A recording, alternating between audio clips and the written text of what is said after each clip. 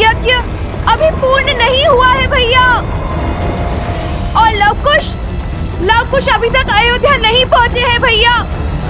सोचिए भैया, यदि लव कुश अयोध्या पहुंचे ही ना तो इस बार हम ऐसा वार करेंगे जिसकी काश उनके पास नहीं होगी भैया। अभी समय है और अवसर भी है भैया।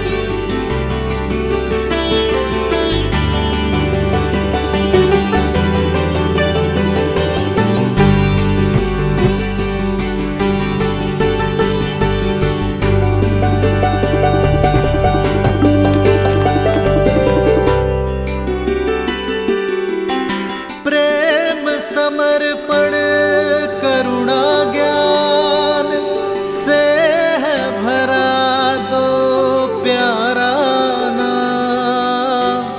जय सिया राम, जय जय सिया राम, जय सिया राम, जय जय सिया राम।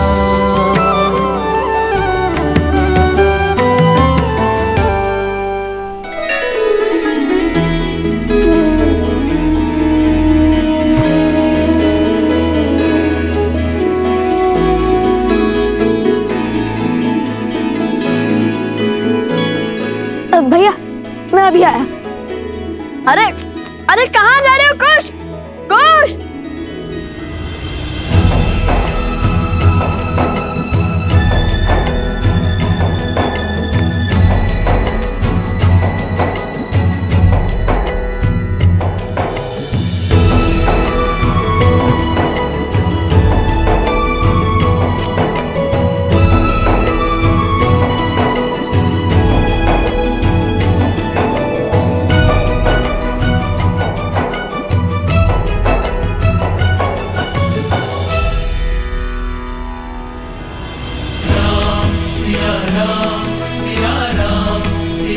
लवकुश,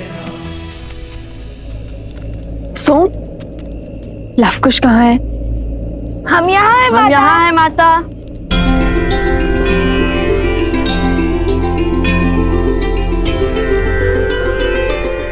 तुम्हें तो गर्व होना चाहिए कि ये न जानते हुए भी कि सीता ही उनकी माता है। लवकुश एक नारी के सम्मान के लिए महान योद्धाओं के विरुद्ध भी खड़े होने में भयभीत नहीं हुए। कुछ अद्भुत इच्छा आ गई थी माता मन में, बस वही पूर्ण करने चले गए थे। और वो आप शीघ्र ही जान जाएंगी।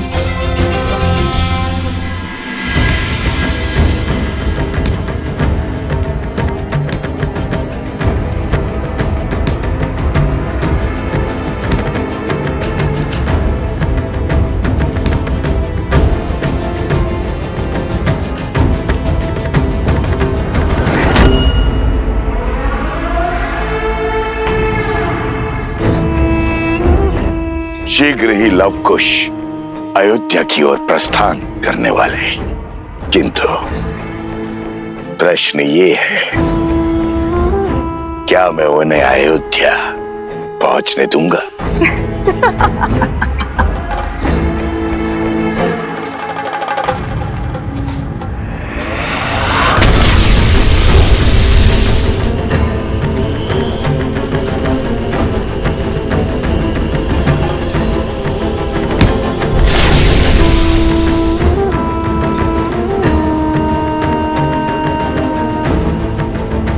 उनके सिर पर जीत का भ्रम चढ़ा है, नहीं जानते शीघ्र ही उनके आनंद पर सहस्त्रमुख रावण का ग्रहण लगने वाला है।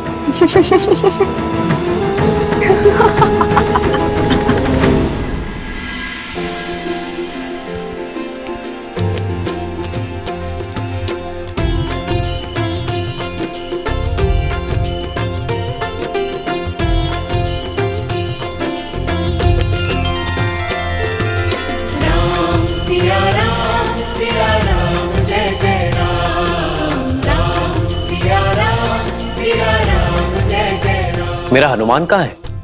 जहाँ प्रभु स्मरण करे वहाँ हनुमान उपस्थित है प्रभु।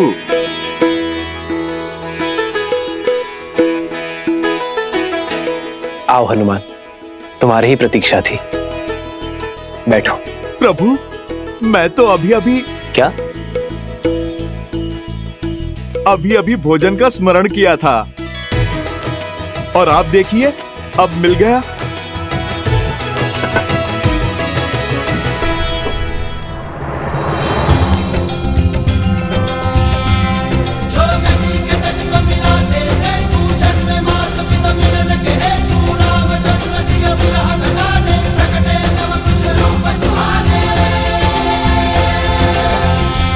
सोम, हाँ, कहाँ खो गए थे? कहाँ खो गए सोम? खाओ ना, खाओ। अरे बस मैं सोम कर लूं, श्री हनुमान जी नहीं। और कितना खाऊंगा? अब तो हमारे भाग का भी तुम्हें ही खाना होगा। इस यात्रा में जितनी कठिनाइयां हमने सही है, इससे अधिक कठिनाइयां तुमने भी सही है। तो जिस मित्र ने हमारे भाग का दुख सहा, वो सुख भी तो भोगेगा ना। जिसने हमारे भाग्य के कड़वे फल चखे, वो मीठे लड्डू भी खाएगा।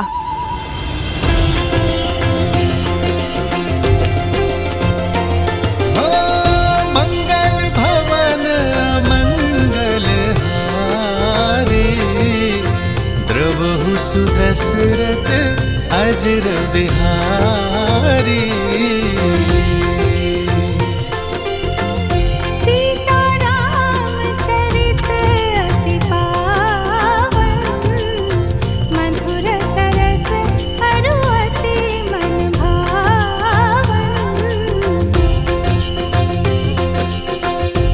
आज फिर माता सीता के हाथों के भोज का स्मरण हुआ है।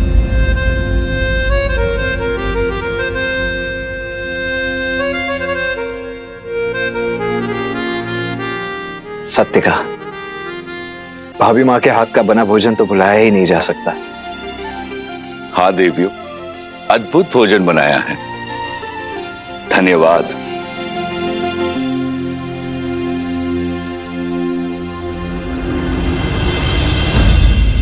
कहिए कि छोड़ दिया आपने अपनी पत्नी को? क्या घटा था ऐसा जिसके कारण आपको ये निर्णय लेना पड़ा? ढूंढिए माता सीता को, उन्हें स्वीकारिए। माता सीता का स्थान कोई स्वर्ण मूर्ति नहीं ले सकती।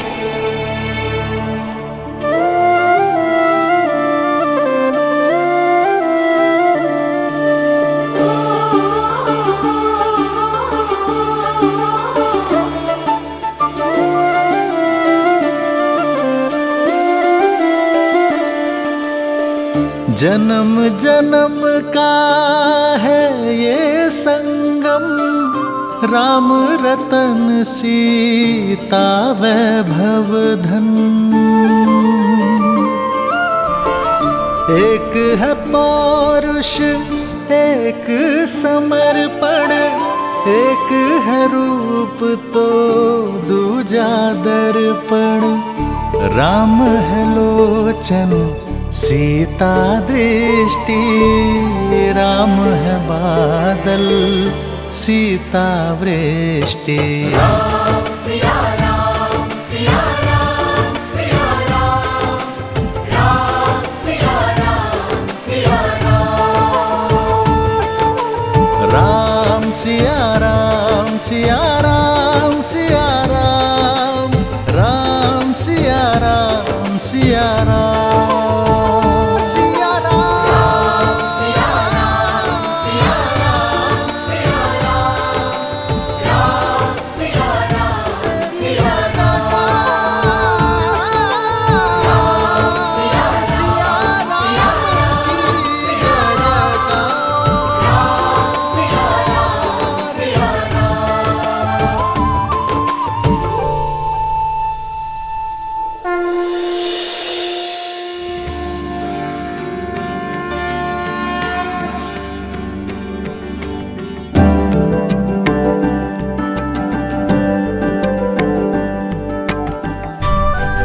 लव कुश, भगवान वाल्मीकि के आदेश अनुसार मैं तुम दोनों को अश्वमेध यज्ञ समाप्ति के सुअवसर पर अयोध्या लेकर जाऊंगा। जाओ और जाकर प्रस्थान की तैयारी करो। कौशल के आज का, कौशल के आने वाले कल से भेंट का समय आ गया। जो आज्ञा गुरुवर। माता, माता समय आ गया माता। माता, माता प्रतीक्षा पूर्ण हुई, समय आ गया माता।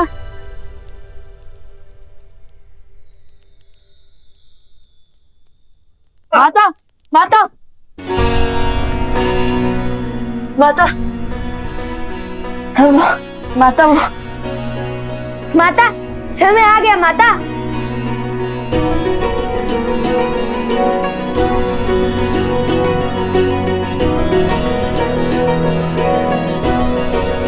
अयोध्या जाने का समय? हाँ माता, हम अयोध्या जा रहे हैं। और आप भी सज रहिएगा।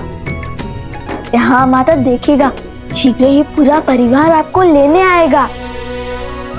हर अयोध्या वासी आपके समक्ष होगा, आपको मनाने आएगा और हर अयोध्या वासी को अपनी भूल का आभास करवाएंगे हम। और वो भी बिना किसी अस्त्र शस्त्र के प्रयोग से। और इस बार हम किसी के भी समक्ष शक्ति का प्रयोग नहीं करेंगे, बुद्धि का प्रयोग करेंगे। आपको तो पहले ही अयोध्या जाने की सूचना मिल गई थी। सबसे महत्वपूर्ण सामग्री पहले ही सज हो गई। माता को अपने पुत्रों की हर आवश्यकता का बोध होता है। ये मार्ग के लिए है, अभी समाप्त कर दोगे क्या? जैसी महारानी की आज्ञा।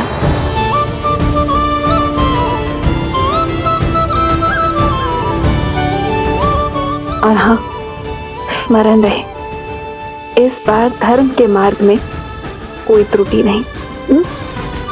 जी माता। जी माता। हाँ, तो आप सबको यहाँ इसलिए बुलाया है क्योंकि राजकुमार,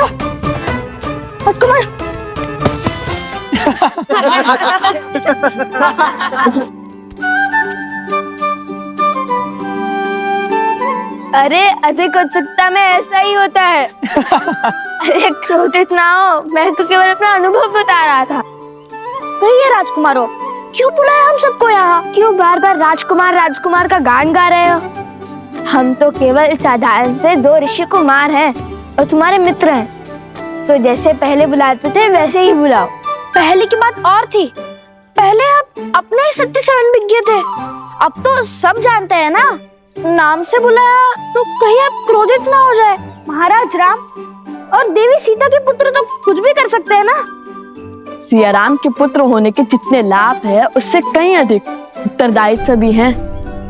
सिया राम के नाम की रक्षा का उत्तरदायित्व, इसलिए हमें अधिक सावधान रहना होगा। तो जब हम यहाँ नहीं होंगे तब आप सबको एक तैयारी करनी होगी। तैयारी? कैसी तैयारी लवकुश? रामायण के मंचन की तैयारी। हम एक बार पुनः अयोध्या जाकर रामायण का मंचन करेंगे, किंतु इस बार इस रामायण का आधार भिन्न होगा, उसका सुर भिन्न होगा। अर्थात? ध्यान से सुनो।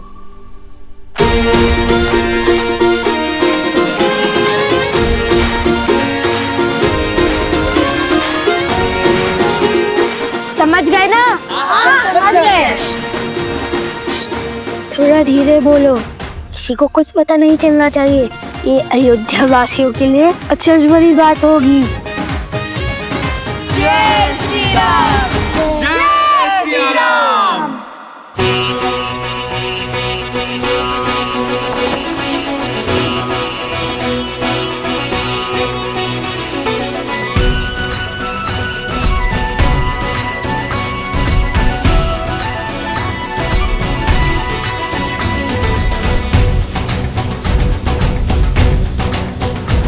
जन जन का मन हर्षाया है,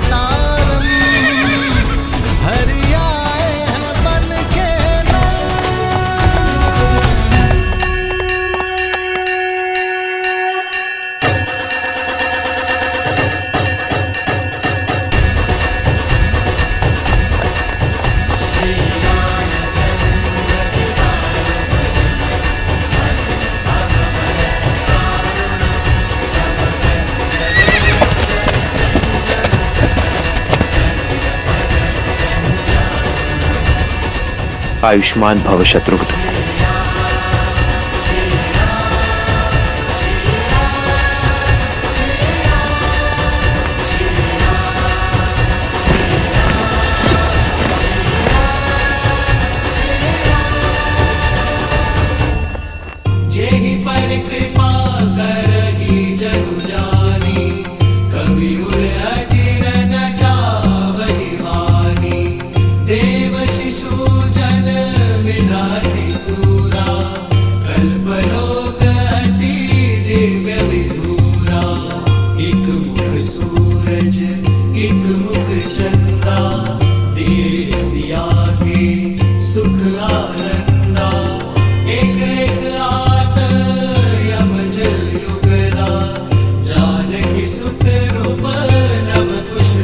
तुम जिनसे मिलने जा रहे हो वो तुम्हारे अपने हैं, चाहे स्थिति और परिस्थिति कितनी ही विकट क्यों ना हो।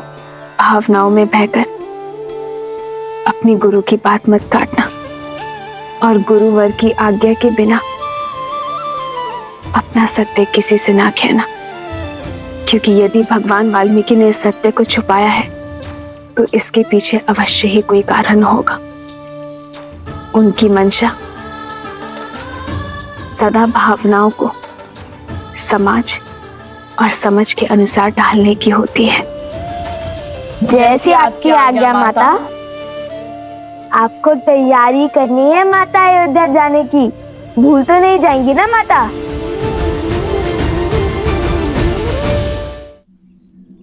चले? जी गुरुवर।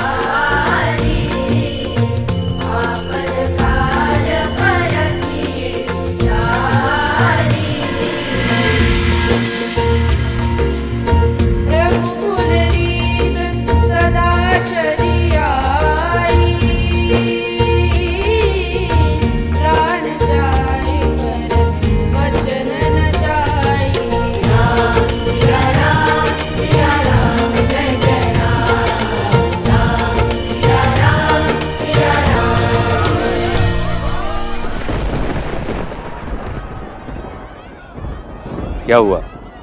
रुक क्यों गए?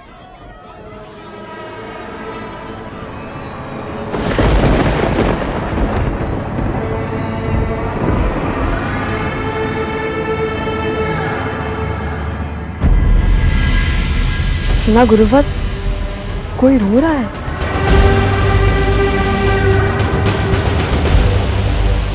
जाओ लवकुश जाओ, जिस ओर तुम पग बढ़ा रहे हो वो तुम्हारी मृत्यु का मार्ग है।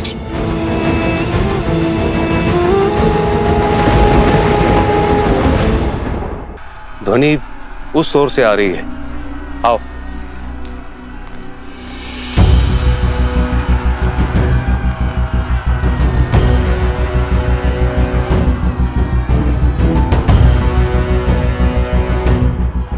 लगता है बहुत से लोग एक साथ रो रहे हैं, शोक मना रहे हैं।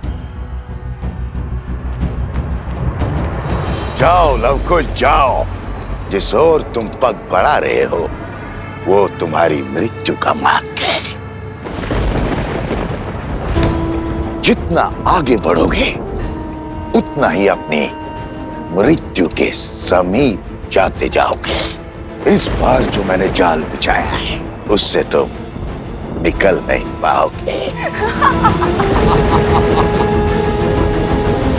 आज जिनका धर्म, इनका न्याय और इनकी अच्छाई ही इनके अंत का कारण बनेगी भैया।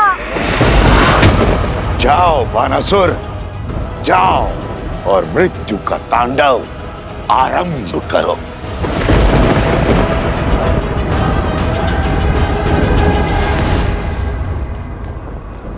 मुझे किसी नकारात्मक ऊर्जा का आभास हो रहा है।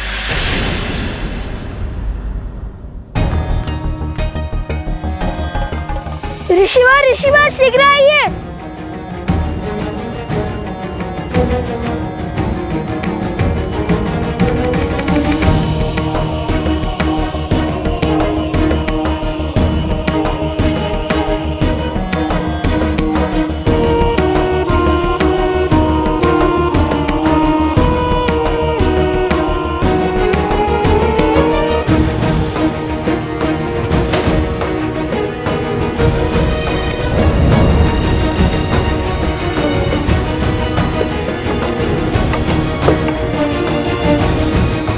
हमें चलकर देखना होगा कि समस्या क्या है।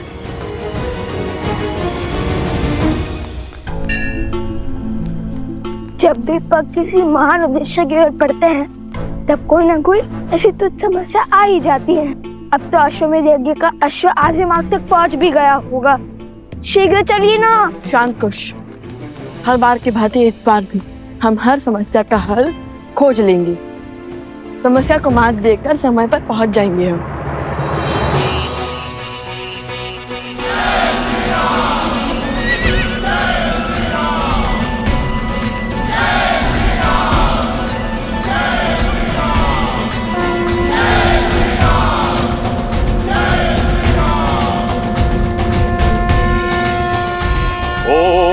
मंत्रहीनम क्रियाहीनम भक्तिहीनम सुरेश्वर यत् पूजितम मया देव परिपूर्ण तदस्तु मे यदाक प्रभ्रष्टम मात्राहीनम च यद् भवेत् तत्तं क्षमस्याम देव प्रसीद परमेश्वर।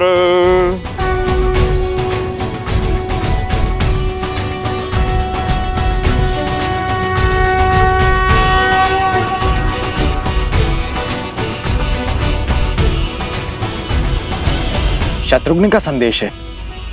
हमारा अश्व भ्रमण करता हुआ सकुशलता से आगे बढ़ रहा है। वो शीघ्र ही अयोध्या पहुंच जाएगा।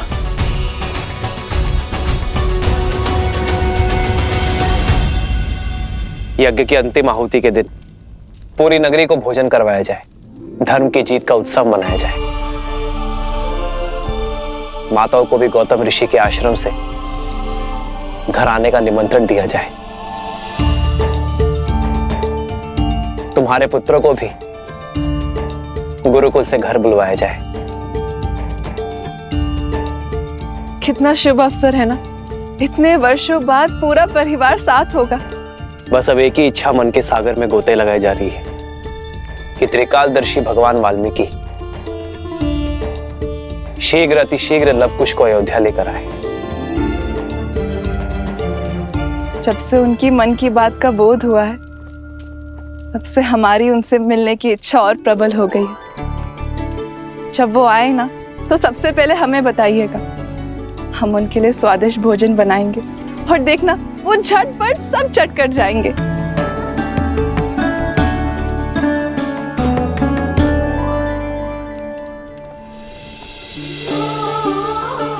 वर्षों बाद अयोध्या में आनंद का आगमन होने वाला है सीते। बस इन सबके मुख पर यूं ही हंसी बनी रहे कि कभी अनिष्ट का कोई भी आवरण उनके तेज को ना ढक सके।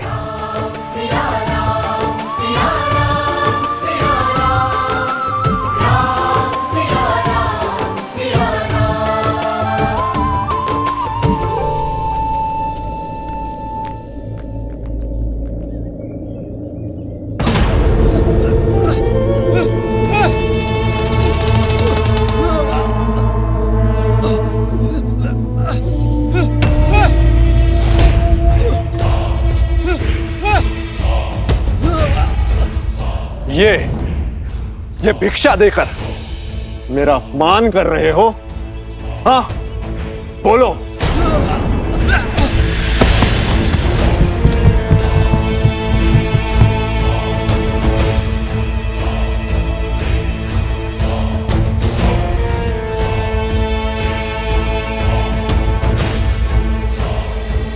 मैंने अपना जीवन दांव पे लगाकर तुम सबकी सहायता के लिए सभी राक्षसों को इस गुफा में बंदी बनाकर रखा है। अपने बल और सामर्थ्य से उन्हें रोक रखा है और अब इस अथाह परिश्रम का उचित मूल्य चाहिए मुझे। इस उपकार के लिए हम आपके कोटि कोटि आभारी, किंतु तनिक हमारी बात समझने का प्रयास तो कीजिए। जितना सोना और धन था वो हम आपको दे चुके, अब हमारे पास कुछ नहीं है। वीर कभी सहायता के बदले में सौदा नहीं करते। वीरता का सम्मान वो पाते हैं जो निर्दोषियों और निर्धनों की सहायता करते हैं और बदले में कोई अपेक्षा नहीं रखते। सहायता का मोल भाव करने वाले स्वार्थी होते हैं, वीर नहीं।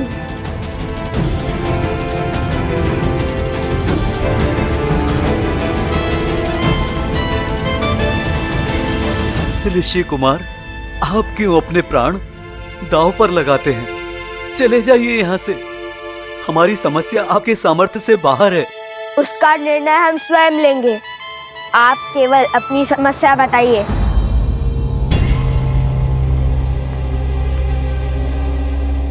देखिए, घबराइए मत, निश्चिंत होकर सत्य बताएं। हमारा गांव कभी बहुत संपन्न हुआ करता था। महाराज राम की छत्र छाया में हम फल फूल रहे थे और फिर अभी कुछ दिनों पहले एक बड़ी अनोखी घटना घटी। लगता है इस बार वर्षा अच्छी होगी, फिर तो फसल भी अच्छी होगी।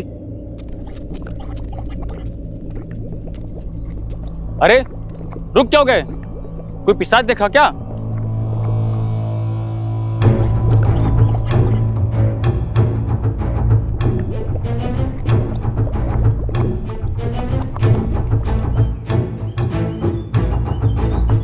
हे ईश्वर, ये कैसा दलदल है? मैं जड़ी बूटियां लेने वन गया था। वहां मैंने देखा कि दलदल के पास सब एकत्रित हो रहे हैं।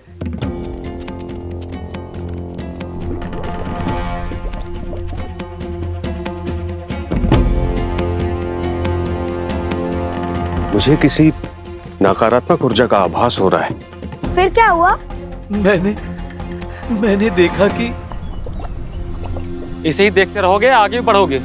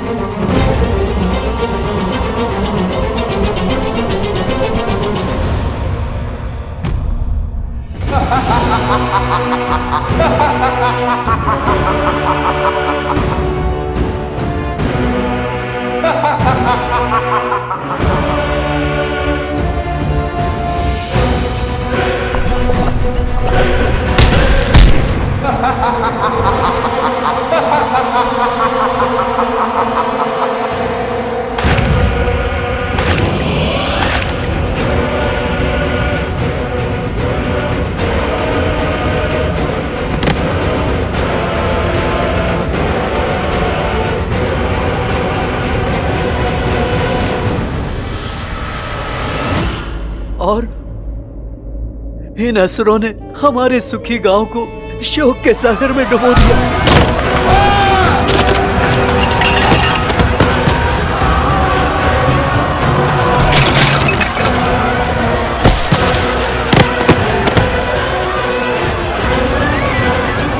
ये देखिए, ये हाहाकार उन्होंने मचाया है और फिर ये आए हैं हम असहायों के रक्षक बनकर।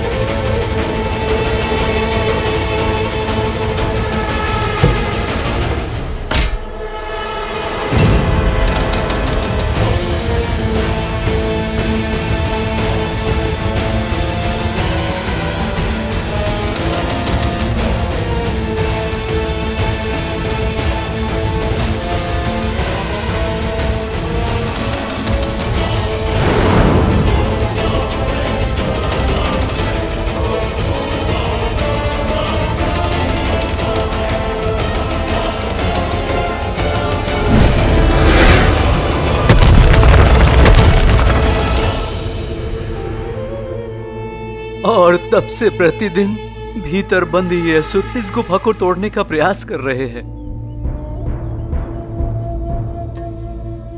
और हम इन्हें रक्षा का मूल्य चुका रहे हैं। ना जाने हमारे गांव के युवकों पर कौन सी आसुरी शक्ति हावी हो गई है कि उन्होंने अपने ही परिवारजनों का अंत करने का प्रयास किया है।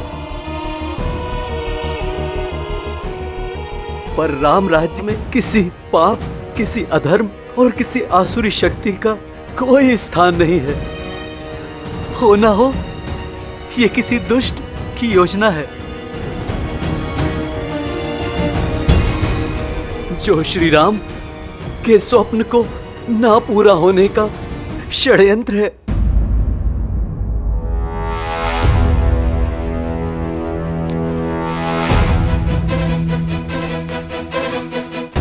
भैया, भगवान वाल्मीकि ने हमें बल से पहले बुद्धि का प्रयोग करना सिखाया है। और मेरी बुद्धि कहती है कि यहाँ पर कुछ तो अनिष्ट घट रहा है। अनिष्ट? क्यों? तुमने तो कहा था, अपनी बात स्वयं ही भूल गए कि उद्देश्य पथ पर अनिष्ट स्थितियां अपने आप ही उत्पन्न हो जाती हैं।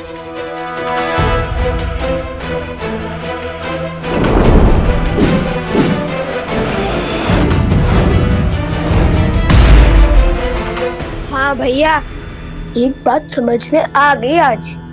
जहाँ हम होते हैं वहाँ परिस्थितियाँ विकट मोड़ ले ही लेती हैं। कितनी ही बार हमने ऐसी कठिनाइयों का सामना किया है। कोई तो है जो हमारे विरुद्ध खड़ा है, हमें बार बार विपरीत परिस्थितियों में ढकेल रहा है। हाँ, संयोग तो देखो, यहाँ पर मायावी शक्तियाँ हावी हुई और वहाँ पर रक्षण भी उत्पन्न हो गया। राक्षस नहीं, ईश्वर कहिए भैया। इतने आक्रामक असुरों को इतनी सरलता से गुफा में बंद कर दिया और वो चुपचाप चले भी गए। बात जितनी सरल लगती है उतनी है नहीं। अर्थात राक्षसों से पहले रक्षक का उपचार करना होगा।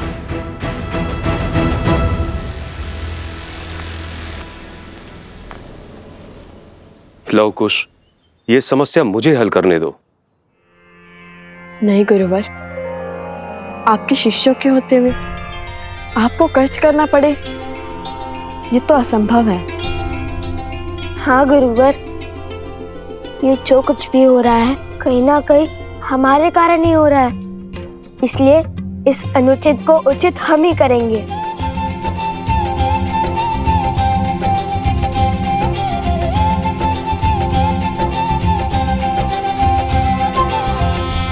आप तब तक पीछे हट जाइए।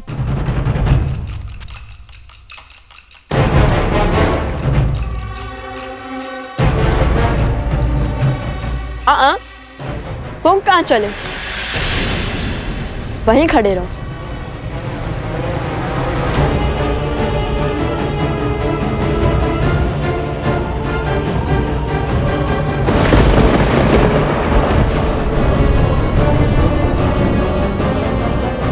फिर से फंसा दिया महाराज। मैंने कहा था ये दोनों बहुत चतुर हैं। कोई ना कोई चाल अवश्य चलेंगे। फिर से मुझे पिटवाने का इंतजाम कराया आपने। करने क्या वाले हैं ये दोनों? गुफा के भीतर क्यों नहीं जा रहे? वही तो मैं भी सोच रही हूँ भैया। इन्हें तो अपनी अच्छाई का परिचय देते हुए उस गुफा के भीतर चले जाना चाहिए, ताकि वो असुर इन्हें नोच नोच के खा जाएं और उनकी अस्थियां भी राम और सीता के हाथ न लग पाए। बस अब ये बानासुर कोई मूर्खता न कर बैठे। मुझे यहाँ अकेले खड़ा क्यों किया है? तुम्हारी वीरता देखने के लिए। अच्छा, वो पत्थर उठाओ। गुफा का द्वार बंद है ना, खोलो उसे। अच्छा, तो तुम दोनों भीतर जाना चाहते हो? सब पता चल जाएगा, पहले द्वार तो खोलो। हाँ, अभी हटाता हूँ।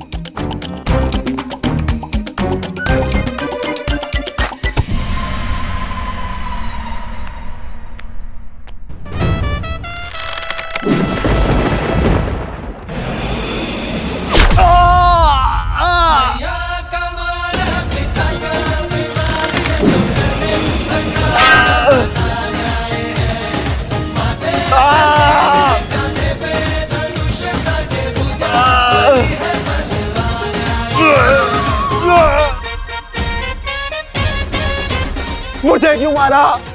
क्योंकि तुम रक्षक नहीं, भक्षक हो, बहरूपी हो। यदि तुम्हारा स्थान एक रक्षक का होता तो वो इतने सारे असुरों को एक साथ मुक्त नहीं करता, हमें भीतर जाने से रोकता। किंतु तुमने बिना विचार किए बड़ी ही सहजता से गुफा का द्वार खोलना शुरू कर दिया। अर्थात तुम जानते थे कि वो तुम्हें कुछ नहीं करेंगे। छोड़ो मुझे। ये लवकुश के बाण हैं, ऐसे नहीं निकलेंगे।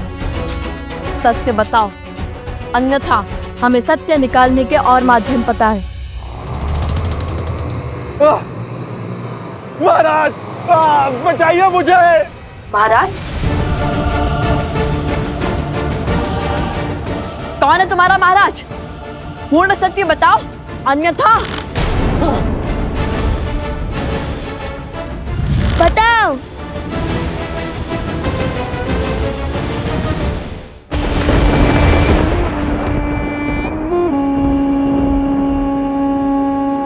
एक कार्य ठीक से नहीं कर सकता ये मूर्ख।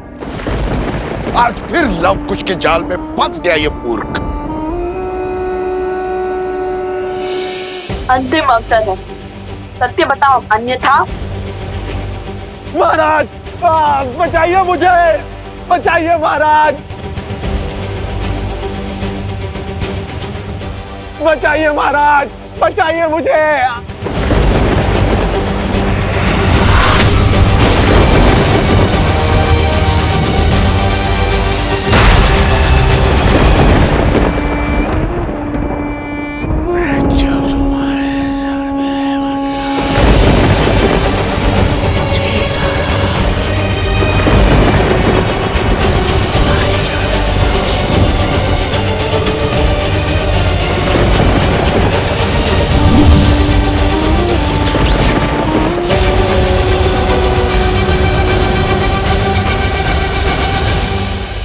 अवसर है, सत्य बताओ, अन्यथा।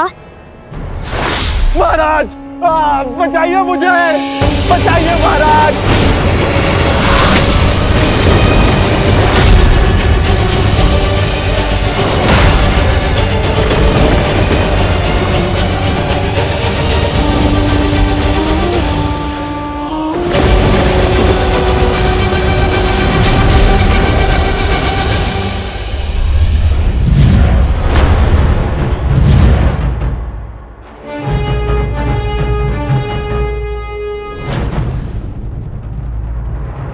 तुम्हारा संदेह उचित था, ये कोई छली ही था। चिंता अपनी नहीं, इन युवकों की है जिन पर मायावी शक्तियों का उपयोग किया इसके महाराज ने। वो उन्हें तो बचाना होगा ना। यदि वो गुफा में बंद रहे तो उनके प्राण चले जाएंगे। यदि इन्हें खुला छोड़ा गया तो वो अपने ही गांव वालों को मार डालेंगे।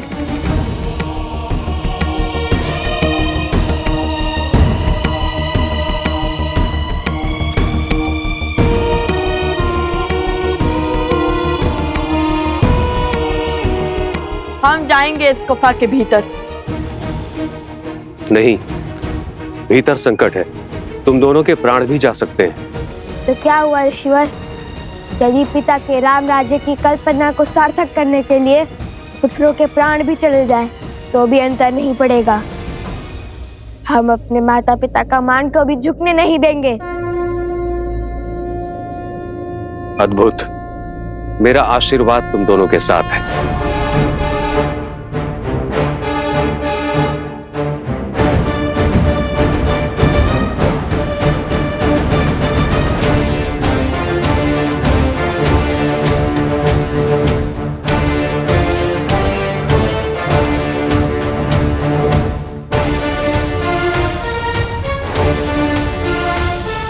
रोकिए ही नहीं, ये अबोध बालक है, कैसे लड़ पाएंगे उन राक्षसों से?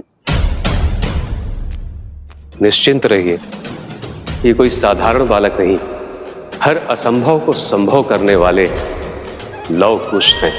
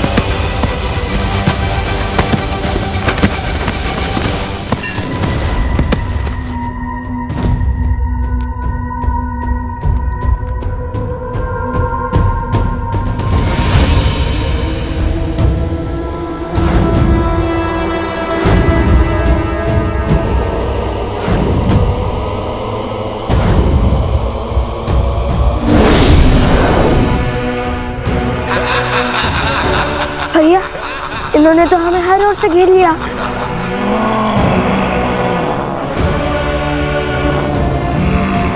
हम इन पर हर और से वार करेंगे। ये लड्डुओं को गोल बनाइए। उर्मिला, तुमने कह तो दिया कि नवकुश के लिए स्वादिष्ट भोजन तुम स्वयं बनाओगी, किंतु वो आएंगे भी तो रहेंगे तो ऋषि कुमारों के भांति। भोजन भी सबके साथ बैठ के पंगत में ही करेंगे, अर्थात अयोध्या में पधारे सभी ऋषियों के लिए भोजन तुम स्वयं बनाओगी। क्यों नहीं? जो सीता और राम के मिलन के लिए पूरे रघुकुल और वानर सेना से भिड़ गए, वो कितने असाधारण होंगे।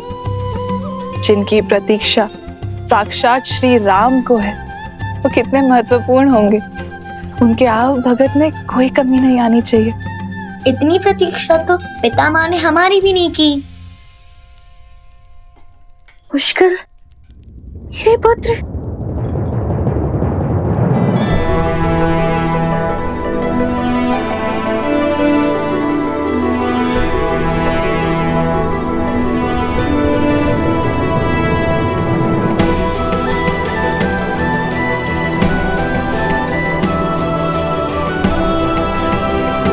पुष्कर, सुताक्ष, माता। प्रणाम माता।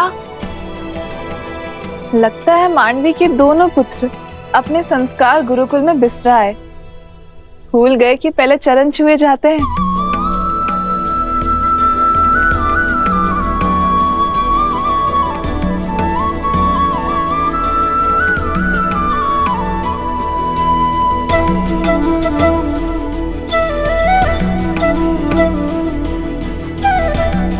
चाची माँ, अब तो बता दीजिए, पितामह उन ऋषि कुमारों से मिलने के लिए इतने उत्सुक क्यों हैं?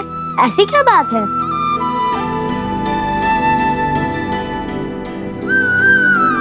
कुछ न कुछ तो विशेष है उनमें, जो तीनों लोगों के राजा स्वयं उनसे मिलना चाहते हैं। सूर्यवंश भी उनके तेज से प्रभावित है। जो भाव कभी हमारे लिए नहीं उमड़े, वो भला लव कुश के लिए क्यों?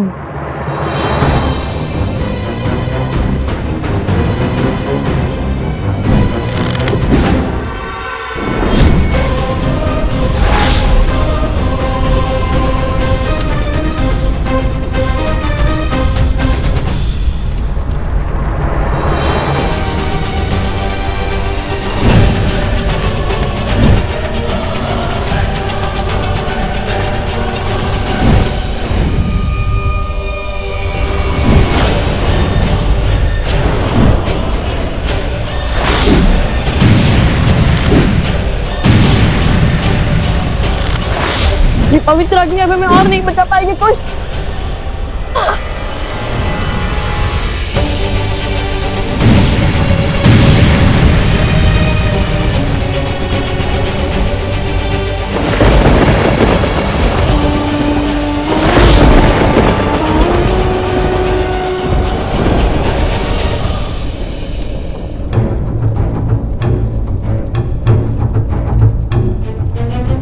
भैया, ये कैसी माँ है?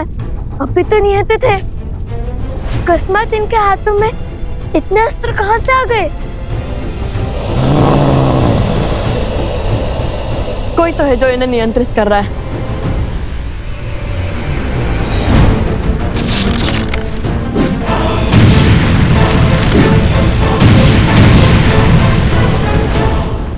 भैया, अग्नि तो बुझ गई। ये तो हमारी ओर ही आ रहे हैं।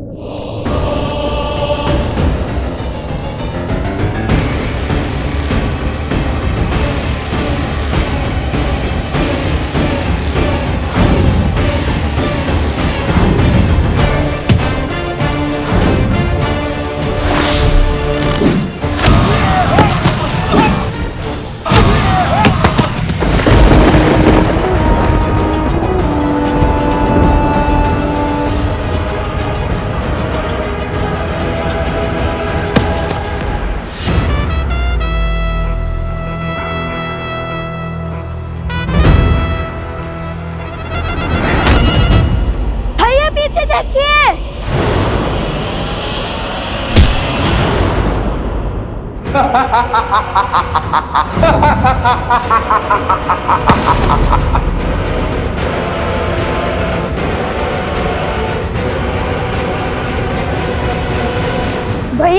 इनका अध्याय अभी समाप्त कर देता हूँ। नहीं कुश, ये असुर नहीं है। यदि ये असुर होता तो इसी क्षण इनका अंत हो जाता, किंतु केवल इनकी बुद्धि पर किसी असुर शक्ति की माया हावी हुई है। ये अपने सुख खो बैठे हैं। कुश, हमें इन्हें इनकी सुध लौटानी होगी। यदि हमने इन्हें मारा तो बहुत से जीवन समाप्त हो जाएंगे। बिना किसी दोष के ये सब मृत्यु दंड के भागी बन जाएंगे। भैया तब तक के ये हमें ही ना मार गिराए।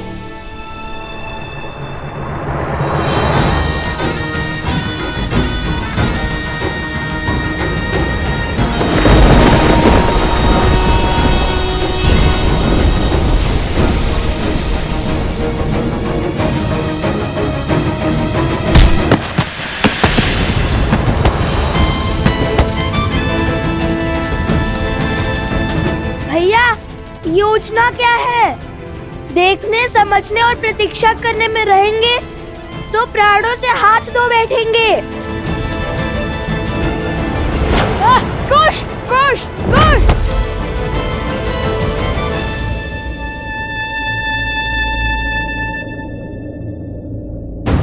कुश,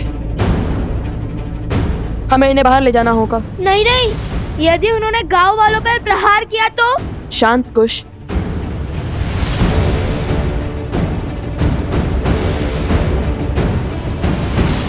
समझ गया। जय सिया राम! जय सिया राम! जय श्री राम।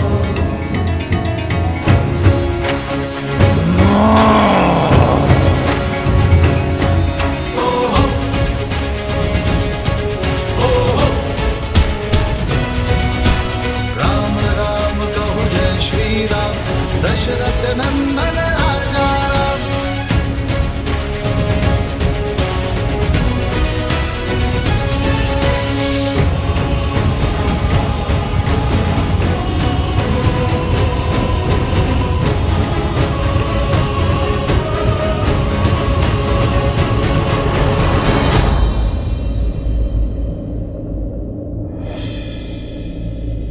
जय बजरंगबली।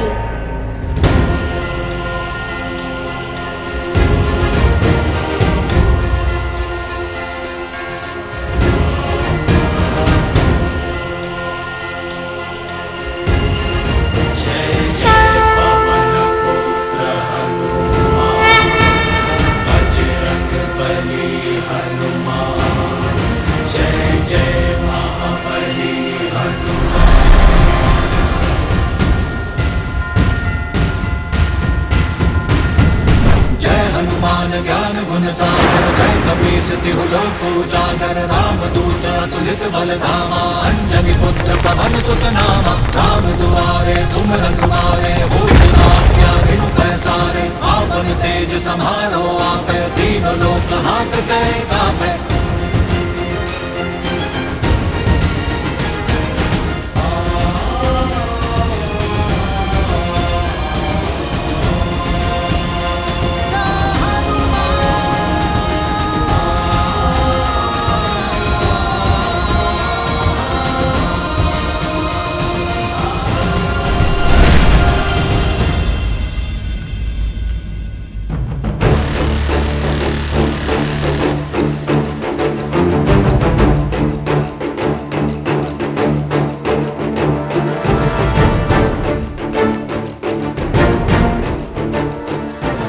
आप तो पीछे हट जाइए।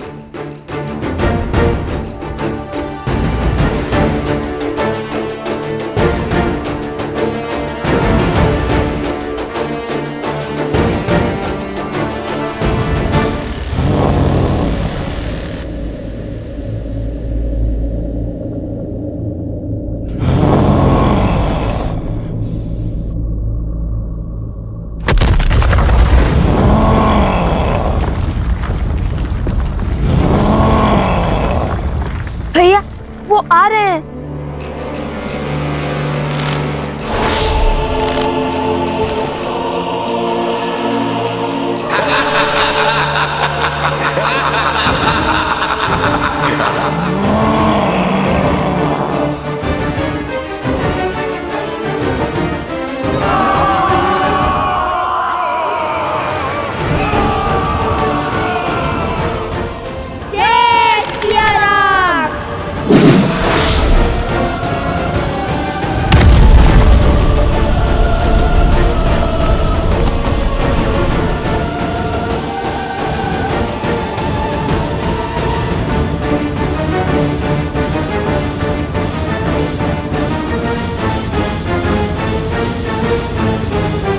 अब वो बाहर नहीं निकल पाएंगे। नहीं कुछ कार्य अभिशेष है, हमें इन्हें सुध में लाना होगा। कार्य का दूसरा पड़ाव याद है ना तुम्हें? अरे जिसके लिए इन्हें यहाँ लाए हैं वो कार्य। हाँ हाँ भैया, वो स्मरण है।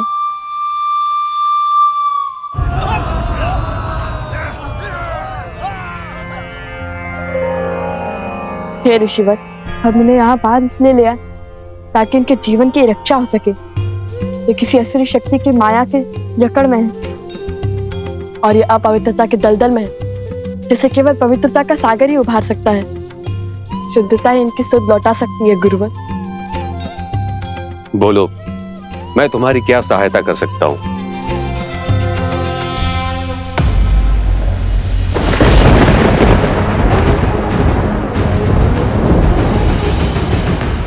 ओम शुद्धिदाता गंगा माता नमो नमो। ओम अमृत रूपनी नमः।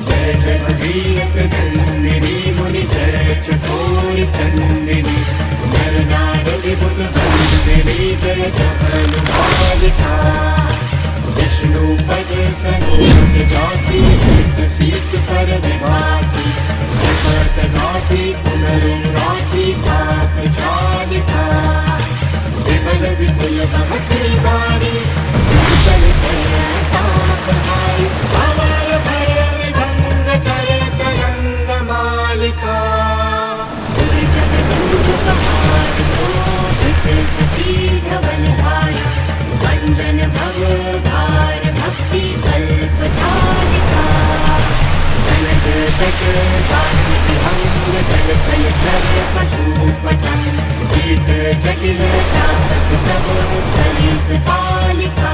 जय मां गंगे। हे माता, इन्हें पवित्र कीजिए, इनकी अशुद्धता को दूर कीजिए।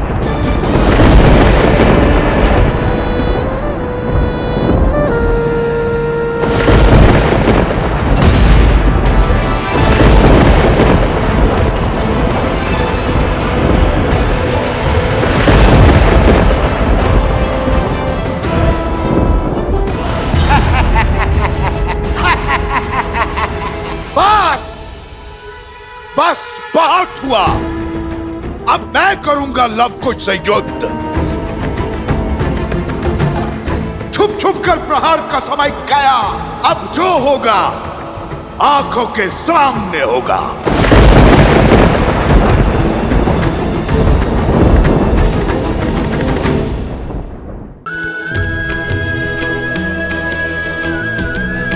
लव कुश, तुम दोनों ने केवल इनका ही नहीं, इस गांव का भी उद्धार किया है, संसार को शुद्धता का मार्ग दिखाया है। प्रभु श्री राम का आशीर्वाद तुम दोनों पर सदा बना रहे। जय श्री राम। जय श्री राम। जय श्री राम।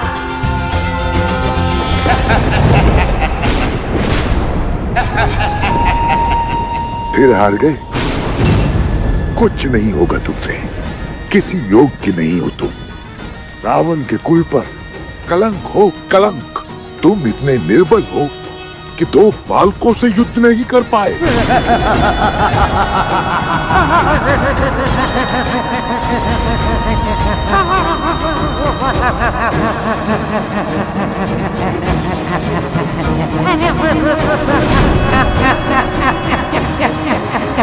बस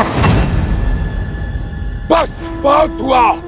चुप चुप कर प्रहार का समय गया। अब जो होगा आंखों के सामने होगा।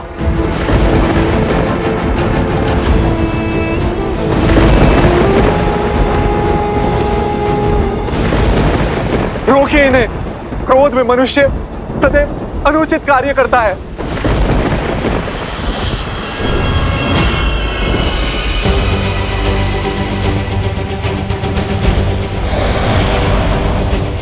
रुक जाइए भैया, मेरी बात तो सुनिए।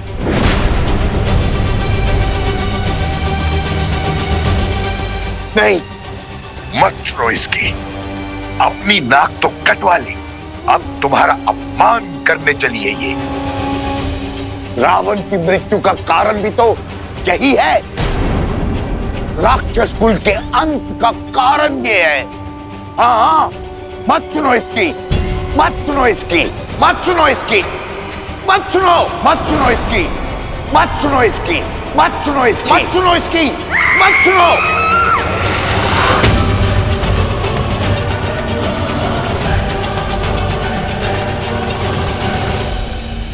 ये तो केवल शीश है भैया, आपके मार्गदर्शक है, आपका बल है, किंतु बुद्धि वो तो आपके भीतर है भैया। उन्हें अपने मस्तिष्क को नियंत्रित मत करने दीजिए। लवकुश को युद्ध के लिए ललकार कर हराना असंभव है भैया। उन्हें देवताओं का आशीर्वाद प्राप्त है। एक योजना सफल नहीं हुई तो क्या हुआ? यदि 100 योजनाएं भी सफल नहीं हुई तो भी क्या हुआ? हम अथक प्रयास करेंगे भैया। भैया, मुझे एक और प्रयास करने का अवसर दीजिए। छल और कपट के बिना लवकुश को हराना संभव नहीं है भैया। विनती है मेरी भैया, रुक जाइए। मैं जब तक लौटकर वापस ना आऊं, आप गुफा से बाहर मत निकलिएगा।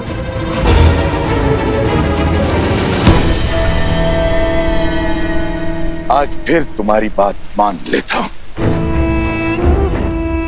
किंतु स्मरण रहे ये अंतिम बार है। यदि आज लवकुश नहीं मरे तो रावण और राम के कुल के बीच एक भीषण युद्ध होगा जो इतिहास बनेगा, जिसे संसार सदा स्मरण रखेगा। आप निश्चिंत रहे भैया, शीघ्र ही राम और सीता को लव और कुश के अंत की सूचना मिलेगी।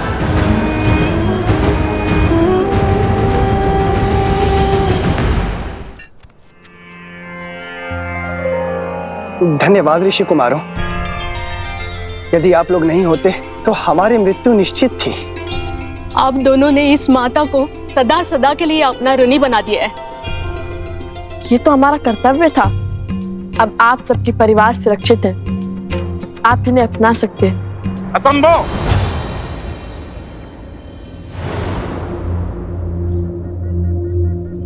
ये गांव के भीतर नहीं जाएंगे। क्यों? अपनों को अपनाने में कैसे संकोच? आज सुध लौट आई है, कल को पुनः खो गई तो? आज असुरों ने छोड़ दिया, कल को पुनः घेर लिया तो? कौन रोकेगा उन्हें? कौन बचाएगा हमें? सब अपवित्र हो गए हैं। ऋषि भारद्वाज के मंत्रों और माता गंगा के जल के बल से ये पावन हो चुके हैं। आपको चिंता करने की आवश्यकता नहीं है। आपने सहायता का प्रयास किया, उसके लिए धन्यवाद, किंतु इन्हें अपनाने का निर्णय मेरा है और मैं नहीं चाहता कि इनके नकारात्मकता का प्रभाव गांव वालों पर पड़े। ये विचार भी कैसे कर सकते हैं आप सरपंच जी? इसीलिए कि आपके संतान पर कोई संकट नहीं आया। मेरा पुत्र इन दो नन्हे वीरों के कारण मृत्यु के मुख से लौटा है और आप चाहते हैं मैं इसे पुनः खो दूं? मौन! पुरुषों के बीच में खड़ी होकर मुख खोलने की उद्दंडता करती हो। जब पुरुष बात करते हों तो स्त्रियों का कार्य सिर्फ सुनना है, प्रश्न करना या निर्णय देना नहीं। अद्भुत, अद्भुत सरपंच जी, अद्भुत। कदाचित इन्हीं उच्च विचारों पर श्री राम अपनी राम राज्य की नींव स्थापित करना चाहते हैं। मैं तो वो क्या? यही है ना राम राज्य की कल्पना, स्त्रियों के स्वर को दबाना। किसी कारण से यदि स्त्री घर शीघ्र न लौटे तो उस पर प्रश्न उठाना, उसे कलंकित करना, उसका सम्मान और उसका जीवन दोनों हर लेना। महारानी सीता के साथ भी तो समाज ने यही किया था ना। एक वस्त्र की पत्नी वर्षा के कारण घर शीघ्र न लौटी तो लोक अपवाद को इतना बढ़ावा मिल गया, तो श्री राम को उसका पक्ष लेने के लिए अपनी पत्नी महारानी सीता का त्याग करना पड़ा। आज के लिए तो आपके शब्द, आपके अभिमान और आपका सम्मान अधिक महत्वपूर्ण है, किसी स्त्री के कष्ट और उसके दुख नहीं। आज अपने उसी सोच, उसी परंपरा के कारण एक माता को अपने पुत्र से भिन्न करना चाहते हैं आप। एक पत्नी को अपने पति से दूर करना चाहते हैं आप। संसार का सबसे बड़ा पाप करना चाहते हैं। क्यों?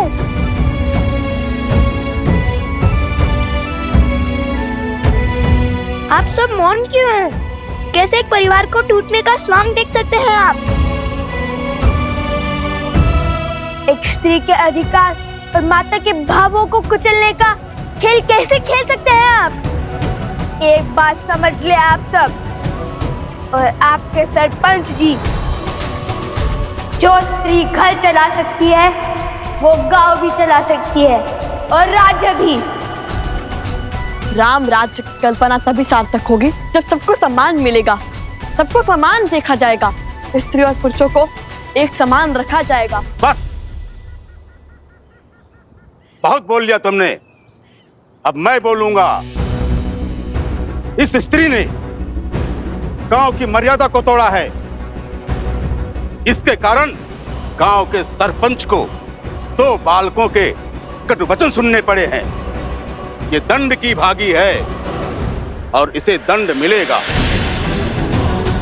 इसका ये दंड है, ये सूर्यास्त से पहले गांव छोड़कर चली जाए और इससे कोई बात नहीं करेगा। स्वामी,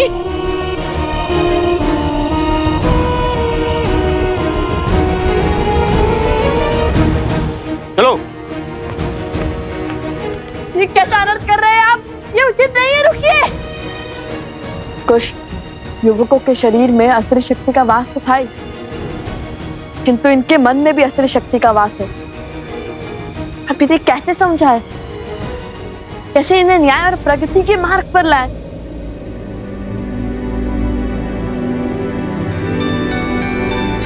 भैया,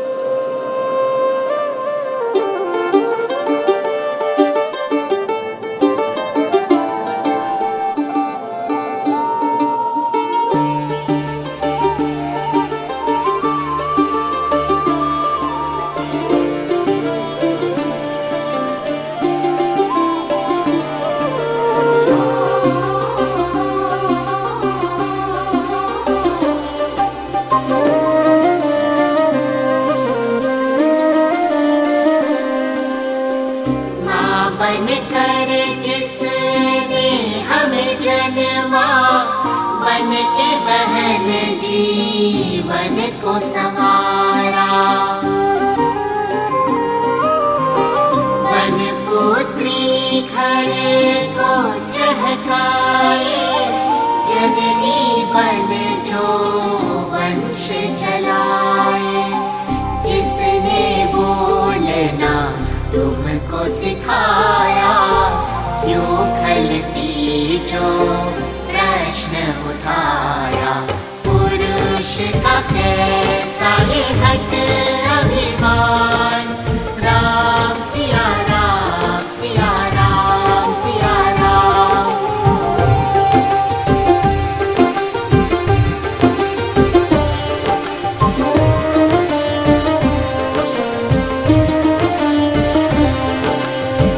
अर्धांगिनी जिसे शिव ने बताया, देवों ने भी शीश नवाया। हर नर की शक्ति वो नारी, पुरुष के सम जीवन अधिकारी। उसके नयन से जल जो बरसे, सृष्टि सुख सामर्थ्य को तरसे। कर खंडित उस नारी का मान, अधिकार नहीं भजना श्री राम। नारी का मान चाहे सिया राम, राम सिया राम सिया राम सिया राम, राम सिया राम सिया राम सिया राम। सरपंच जी, ये मान सम्मान और ये पद हमने आपको दिया है ताकि आप हमारा भला कर सकें, ना कि हमारे घर की स्त्रियों को अकारण दंड दें। सरपंच जी ने अन्याय किया है। ऋषि कुमारों की बात उचित है। जहाँ स्त्रियों का सम्मान न हो, उनकी भलाई की चिंता न हो, वो समाज कभी आगे नहीं बढ़ सकता। हम इस सरपंच को नहीं मानेंगे। अब जिस स्त्री ने अपने अधिकार और सम्मान के लिए ध्वनि उठाई है, वो हमारी नई सरपंच होगी। हाँ हाँ, यही है हमारी सरपंच, यही है हमारी सरपंच। हाँ हाँ, यही है हमारी सरपंच, यही हमारी सरपंच। ऋषि कुमारों, आपके कारण हमारी सोच से अधर्म और अन्याय का आवरण हटा। कृपया कर हमारी नई सरपंच का अभिषेक करें। हाँ हाँ, आप ही अभिषेक करें। हाँ हाँ, आप ही अभिषेक करें। अद्भुत पुत्रों, अयोध्या पहुंचने से पहले ही राम राज्य की कल्पना को सार्थक कर दिया। आयुष्मान भव। जय श्री राम, जय श्री राम, जय श्री राम, जय श्री राम।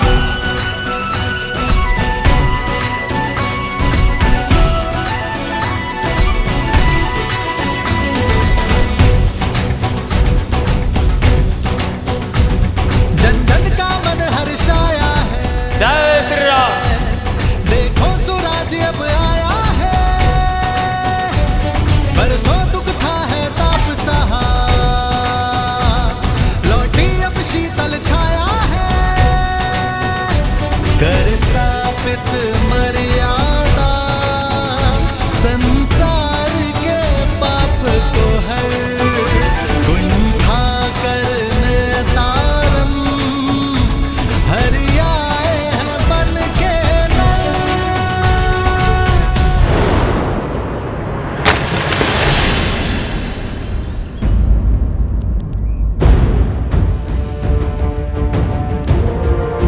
लवकुश,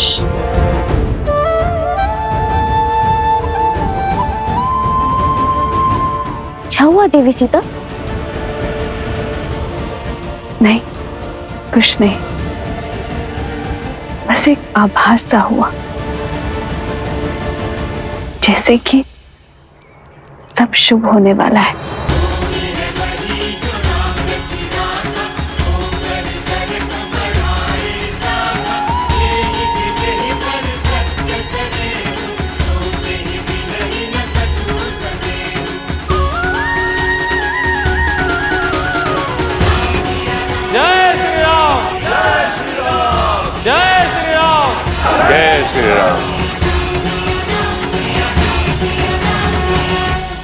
कोई कर्म जो मन को प्रफुल्लित कर रहा है, मानो जैसे जैसे शीघ्र ही सब शुभ हो जाएगा। समाज में व्याप्त जिस बुराई के लिए मैं और श्री राम अलग हुए थे, वो युद्ध अब गति पकड़ चुका है। ओम इष्ट देवताभ्यो नमः स्वाहा।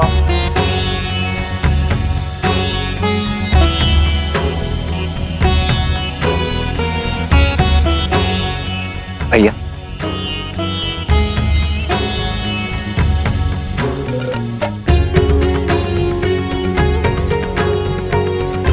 ये 5 पत्तियों वाला बेलपत्र बहुत दुर्लभ होता है लक्ष्मण। कभी कभी प्राप्त होता है और वो भी सहयोग से, और आज ऐसे ही किसी शुभ सहयोग से मेरा मन प्रफुल्लित हो रहा है लक्ष्मण। मानो जैसे मेरा मन हर दुविधा से दूर हो, हर संकट से परे हो। कुछ शुभ अवश्य घट रहा है। हमारे अश्वमेध यज्ञ का अश्व हर स्थान से निर्विघ्न विचरण करता हुआ आ रहा है भैया। कदाचित वही आभास आपके मन में हर्ष का कारण है। नहीं लक्ष्मण, अश्वमेध यज्ञ का अश्व इसका कारण नहीं है। बल के 2 प्रकार होते हैं। एक वो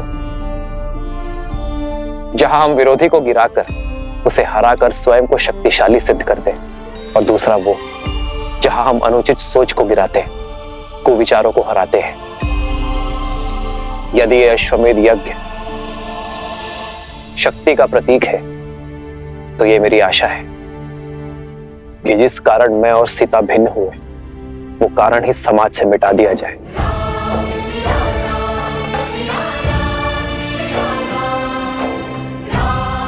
समाज में स्त्री को समान अधिकार मिले। जब जब कोई स्त्री पर लांछन लगे, तब तब उसका पति उसके साथ खड़ा रहे। उसे किसी राजा या किसी न्याय के पास जाने की आवश्यकता ही ना पड़े।